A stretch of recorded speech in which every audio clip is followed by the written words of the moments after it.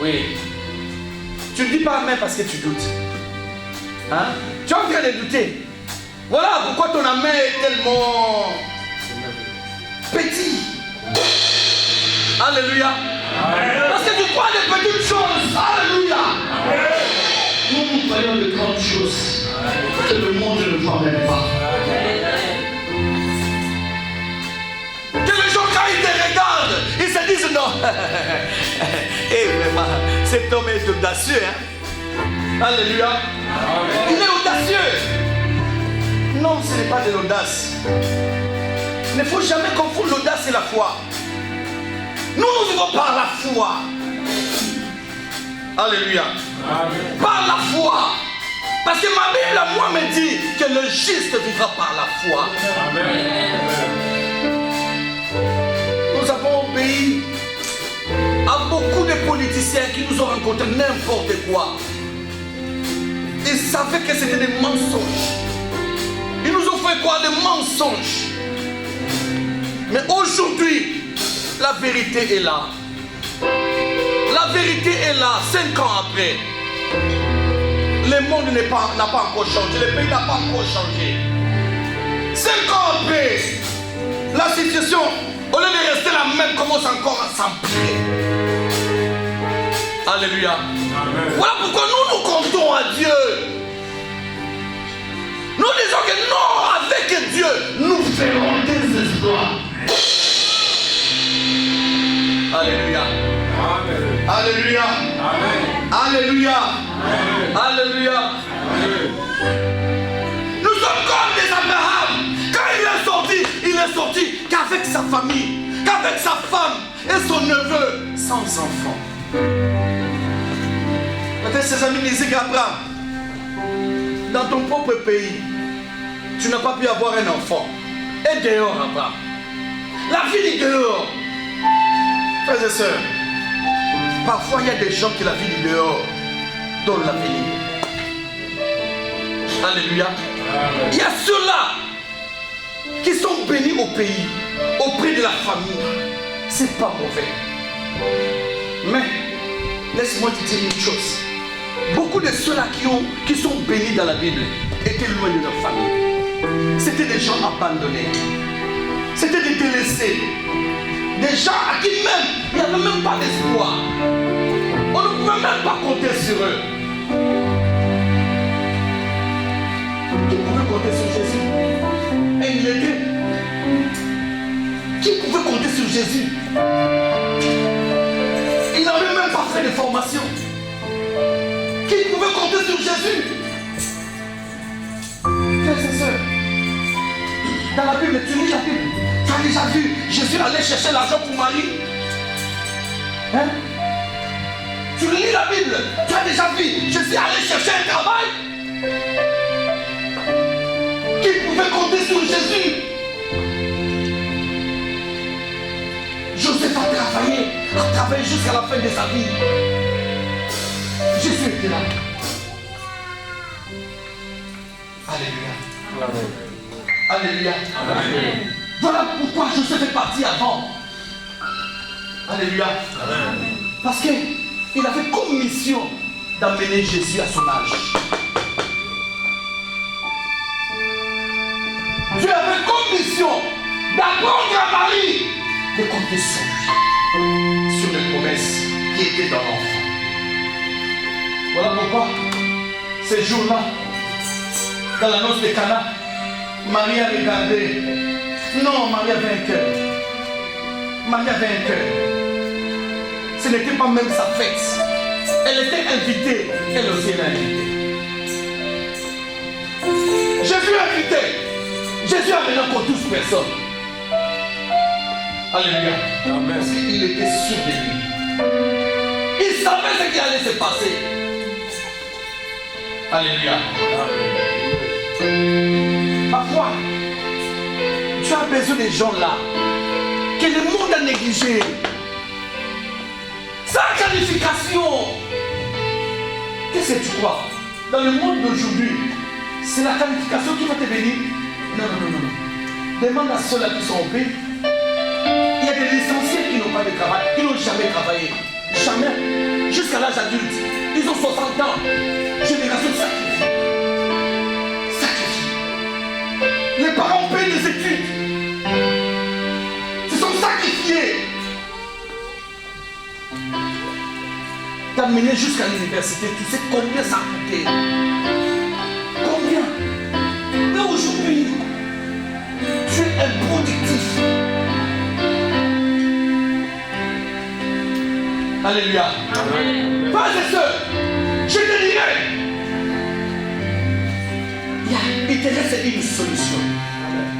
Si le monde tu n'as pas eu, tu n'as pas eu au monde, tu n'as pas eu à la maison, il te reste une possibilité de s'attacher à Christ. Il a dit, moi je suis l'arbre et vous, vous êtes des étapes. Alléluia. Amen. Toute étape qui s'attachera à moi, qui est l'arbre, un jour fera quoi? Portera le fruit. Portera quoi? Portera le fruit. Hey, nous sommes arrivés dans un monde où même les diplômes ne suffisent pas. Je n'ai pas dit que le diplôme est mauvais. Mais je te dis, au-delà du diplôme, il y a eu la garantie. La vraie garantie, c'est avoir le Christ en toi.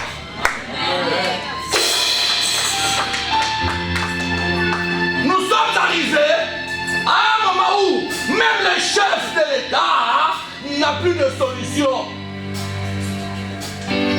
Alléluia. Amen. Il n'a plus de solution. Parlementaire, pas de solution. Sénateur non plus. Le monde est maintenant dans les vies. Quand tu vois un pays comme l'Espagne, droits de l'homme, démocratie, au centre de l'Union européenne et de Schengen, en train de se diviser, ça te dit rien? Ça te dit rien? Ça te dit rien? Mais nous, on a déjà été prévenus. Déjà, la Bible a tout dit. Lisez bien Matthieu 23 et Matthieu 24. Vous verrez. On vous dira que non, un frère se lèvera contre son frère. Un royaume contre l'autre royaume. Alléluia. Amen. Regarde ce qui se passe au Togo. Regarde ce qui s'est passé au Centrafrique, au Congo. Regarde ce qui s'est passé au Gabon. Regarde ce qui s'est passé au Cameroun. Y a-t-il un pays d'assurance? Regarde ce qui se passe aux États-Unis. Y a-t-il un pays d'assurance? Il y en a plus. Alléluia. Amen. Il y en a plus.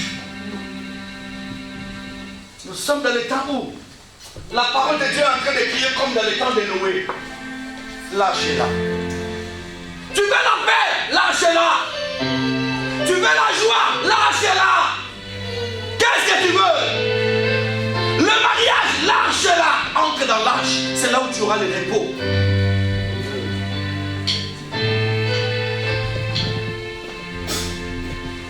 Le Seigneur m'avait donné un message prophétique depuis que je suis revenu en Turquie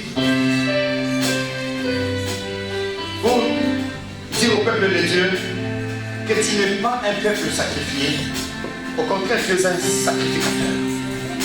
Alléluia. Amen. Tu n'es pas un peuple sacrifié, tu es un sacrificateur. Frères et sœurs, même si dans votre famille chaque année il doit y avoir un mort, mais moi je dis ce soir, cet après-midi, toi tu n'es pas sacrifié. Non, tu n'es pas sacrifié. Je dis à quelqu'un ce matin, même si ton pays ne marche pas, mais je te dis, ce n'est pas toi, tu n'es pas sacrifié. Je suis allé en Afrique, j'ai vu des gens, rien que la boisson, rien que fumer, rien que la prostitution, rien que s'asseoir, Barcelone, l'église. Et après, les gens qui ne sont même pas payés, ils vont au travail. La société est en train de faire des gens de voleurs. Alléluia. Des voleurs. Papa, quelqu'un qui va au travail, qui n'est même pas payé, et il va quoi faire là-bas? Et il rentre avec le plaisir de retourner encore demain. C'est qu'il a un profit. Quel est ce profit? Alléluia. Amen. On ne vit plus avec le salaire. Non, on vit avec des moyens illicites. Pourquoi? Parce que le monde est en train de sacrifier. Alléluia. Amen. Alléluia. Amen. Alléluia. Amen. Mais nous avons un Dieu. Nous avons un Jésus qui est allé sur la croix. Il a dit, tout est accompli. Amen. Alléluia. Amen. J'ai dit à quelqu'un, pour David, tout était déjà accompli. Amen. Pour que tu sois béni, tout a été accompli. Amen. J'ai vu des féticheurs qui ne peuvent plus rien à faire. Parce que l'état est déjà fini. Frère, si tu es là, tu es dans l'occultisme, peine perdue. Peine perdue. Si tu entres dans l'occultisme pour la voiture, peine perdue. Pour avoir une maison, peine perdue. Tu es un malheureux. La Bible de l'Apocalypse, c'est toi. Il dit là au lycée, tu te crois riche. Tu te crois riche là au lycée. Alléluia. Il dit, tu es pauvre, misérable, nu, aveugle. Pourquoi? Quand une personne tourne ses yeux vers le bonheur de ce monde, il devient ennemi de Dieu. Car le bonheur de ce monde ne te donnera jamais la paix. Jamais.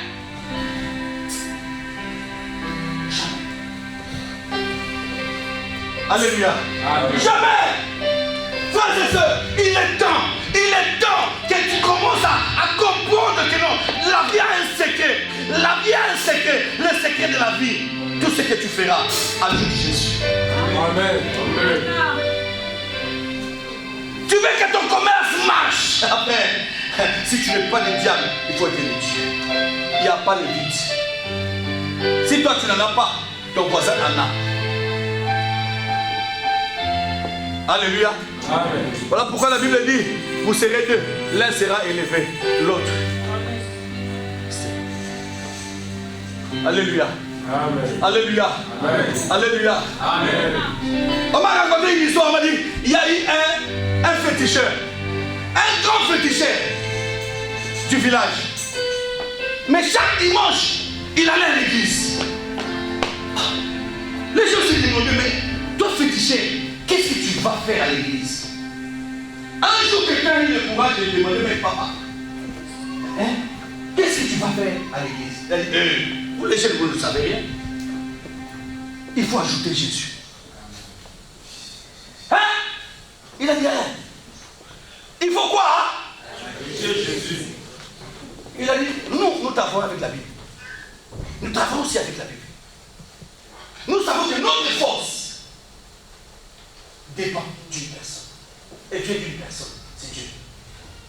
Aujourd'hui, même si je fais mes digues, si le ciel n'autorise pas, il y a rien. Il a dit, vous les jeunes, vous ne savez pas. Le secret, il faut ajouter Jésus. Ceux qui ont compris cela, ce sont les Juifs. Il y a eu un Juif un jour. On lui a demandé, mais frère, pourquoi vous les Juifs, vous êtes toujours riches, unis, intelligents? Il a dit, nous avons un principe que Dieu nous a donné. Oh. Quel principe?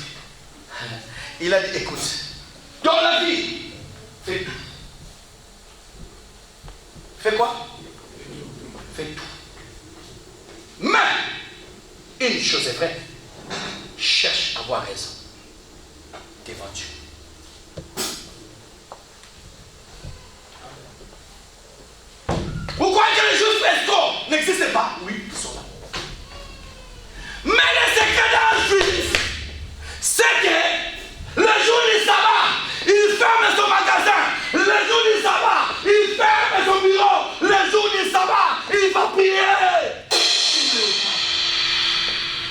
il respecte tout. Alléluia. Amen. Il respecte quoi? Il respecte tout. Quand il va au temple, il dit Seigneur, me voici. Je ne suis pas une bonne personne, papa. Les jeunes hommes riches. Vous croyez que l'histoire des jeunes hommes riches, ça s'est passé où? C'est au temple. Les deux étaient justes. Alléluia. Amen. Les deux étaient quoi? C'est ça l'attitude du monde. Soit tu te dis que moi je suis juste. Tu viens à la prière comme un juste. Mais tu sortiras vite. Mais quand tu viens à la prière, tout en reconnaissant tes fautes, c'est alors que tu sortiras payé. Amen. Alléluia. Amen. Il y a des gens qui ont eu le privilège de se mettre devant la caméra pour dire que non, vous savez que les pasteurs ce sont des mauvais, les pasteurs sont des... J'ai dit, ça ce sont des loups dans la bergerie. Excuse-moi. Heureusement, nous sommes dans un pays islamique. As-tu déjà vu un imam s'élever pour accuser l'autre imam sur Facebook? Sur les réseaux? Hein? As-tu déjà vu cela? Est-ce qu'il n'y a pas de problème entre les imams? Il y en a plein. Si l'État islamique existe, il tue même les musulmans, n'est-ce pas? Mais est-ce que vous avez déjà vu un imam passer à la télé, déclarer les choses publiques? Vous savez, tout ça c'est quoi? C'est parce qu'on manque d'une chose. C'est ça que nous allons parler, l'humilité. Alléluia. Amen. On manque l'humilité. Rien que ça. Les chrétiens n'ont plus la sagesse. Frère, nous sommes frères. La Bible nous appelle quoi? Frères. Quand nous sommes frères, cela veut dire quoi? Nous sortons d'une même famille. Les blancs disent que le linge sale se lave en famille. Si j'ai un problème contre toi, cherche mon numéro. S'il y a des déviations, frère, cherchez le numéro. Allez trouver la personne. Dites-lui, frère, écoute, arrête. Regarde ça. S'il n'écoute pas, amène le deuxième témoin. S'il n'écoute pas, vous le laissez entre les mains de Dieu.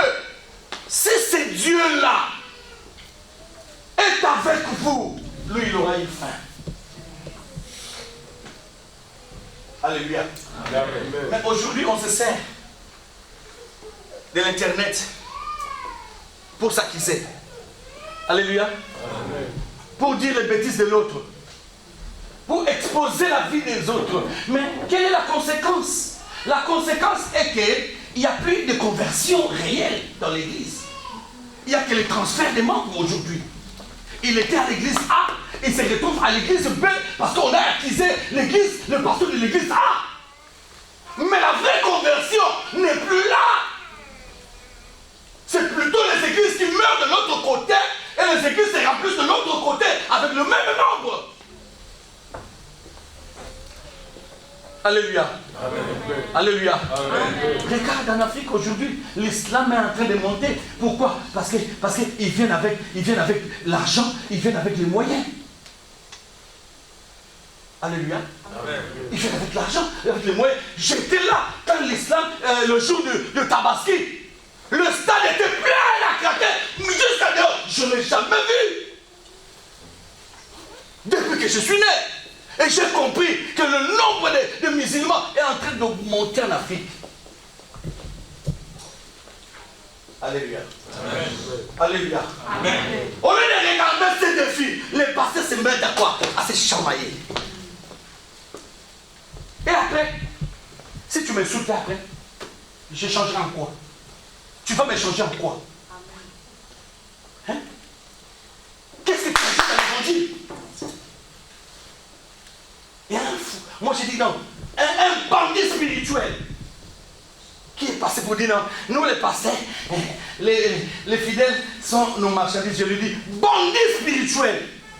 Moi je l'appelle un loup dans la bergerie. Si tu connais la valeur d'une âme,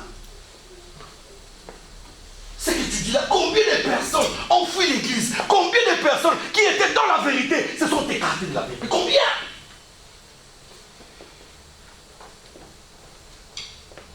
Frère, quand je regarde ma vie, rester dans un tel pays, 15 ans après, faire que l'œuvre de Dieu, je ne permets à personne. 4 fois la prison, je ne permets à personne. Si toi tu ne connais pas la valeur de l'évangile, moi je te dirai la valeur de l'évangile. Hein? C'est parce que tu n'as jamais été enseigné. Et tu manques quelque chose de base, l'humilité. On se lève, nous allons lire la Bible.